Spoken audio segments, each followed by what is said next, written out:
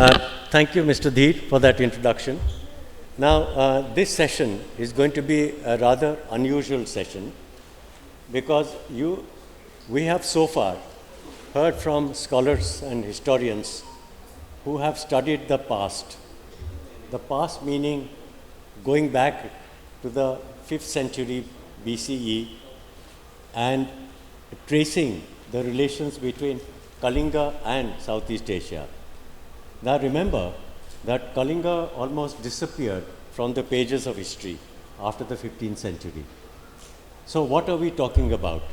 When you talk about the contemporary relevance of the Kalinga experience, we are looking at something totally new. And for historians, I'm afraid this session is going to be somewhat radically different from what we have been discussing so far.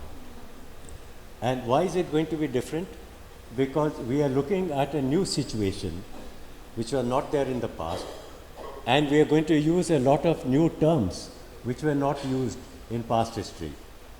Now, you have heard a lot of people, including myself, talk about soft power. Now, how many of us know what exactly this soft power is? This is actually a relatively new concept. It was started by a Harvard professor of political science and international affairs who made a distinction between hard power and soft power. And he defined hard power as something that a state can use, like armed forces, like economic power. This is what a state can use and demonstrate that it has power. But soft power is difficult to define. And according to the classical definition, soft power cannot be used. Yeah, okay. Soft power cannot be used because you cannot quantify soft power. Let me say that if you have a piece of land which your father has, you have inherited from your father, you actually don't know what the actual value is because you have never tried to sell it in the market. But if you have a lot of land, you have access to a lot of money that can come from that land.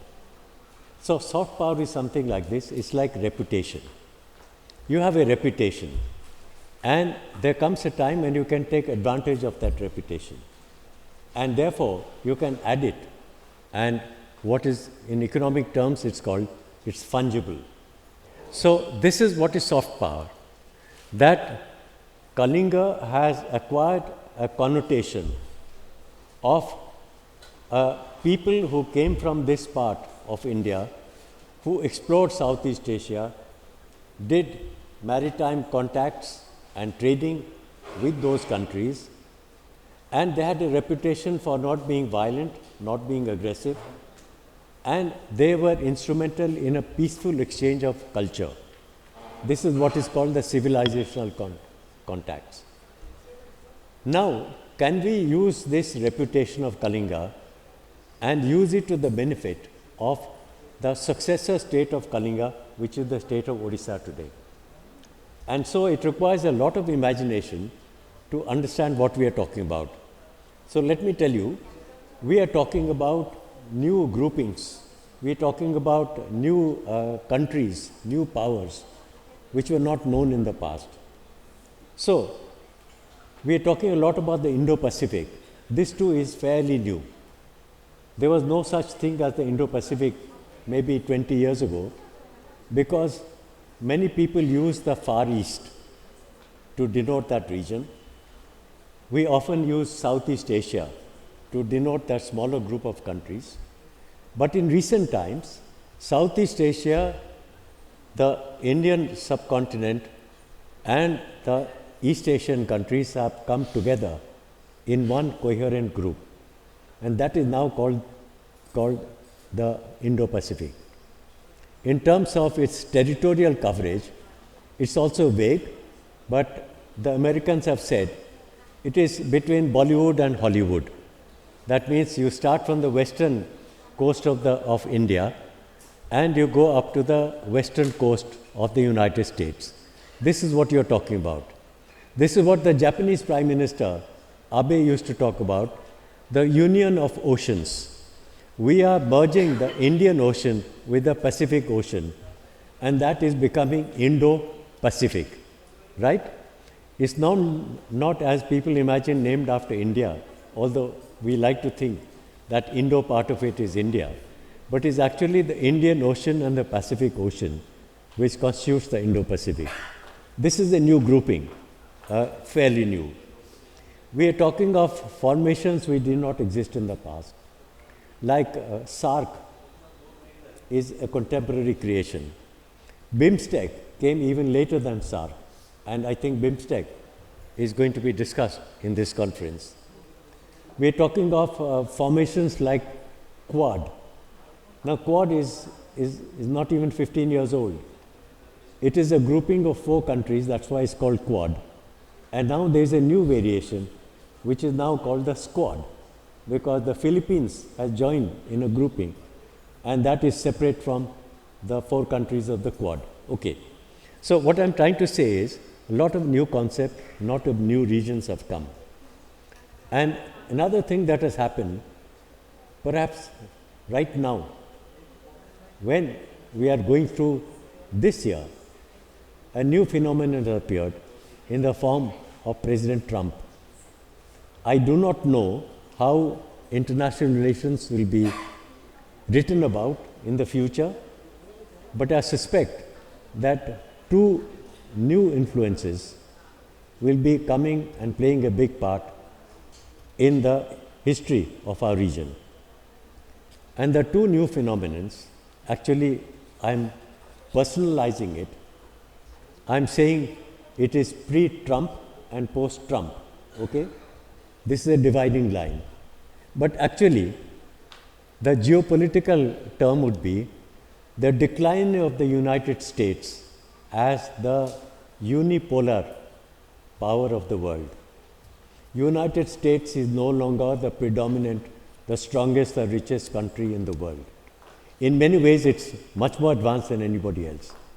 But in terms of wealth accumulation, there is a new challenger, and that is China. China is now close, and in many ways, China has overtaken the United States in many areas. So, the fate of our region will be decided by what happens to the United States, what happens to China, what happens to the relations between them, and there is a third angle to this triangle, and that is a question mark right now, but I think it will definitely be a triangle, and that is India. India is going to be a major player because if you're looking at the size of the economy, India is number 5. In 3 years' time, India will be number 3. According to Jeffrey Sachs, a very well-respected economist, by the middle of the century, the size of India's economy will overtake the United States. So you'll have a new order of wealth, China, India, United States, and so on. So these are the imponderables that we are discussing. And then we are discussing another huge leap. We are discussing the Indo-Pacific as a large new area, and we are discussing Odisha as a tiny dot in that area. But because we are in Odisha, we are discussing the future of Odisha. And this is the connection. The future of Odisha is tied up with the future of the Indo-Pacific. The centrality of the Indo-Pacific lies in ASEAN, which is basically Southeast Asia. And therefore, what we are discussing in this discussion group with these very eminent experts is how do we connect old Kalinga with today's Odisha? How do you connect Southeast Asia and India of those days with the Indo-Pacific of today, where we are all together in one area? So I will stop here. I'm not here to lecture you. I'm only wanting to give the backdrop of the discussions. And as we have decided, in terms of thematics, we will start from ancient history, and bring you forward, as our colleagues have agreed, to the contemporary period and deal with the specific issues of Odisha's position, of formations like BIMSTEC, of Indo-Pacific and so on. So I am looking forward, like all of you, to a very interesting discussion. Thank you.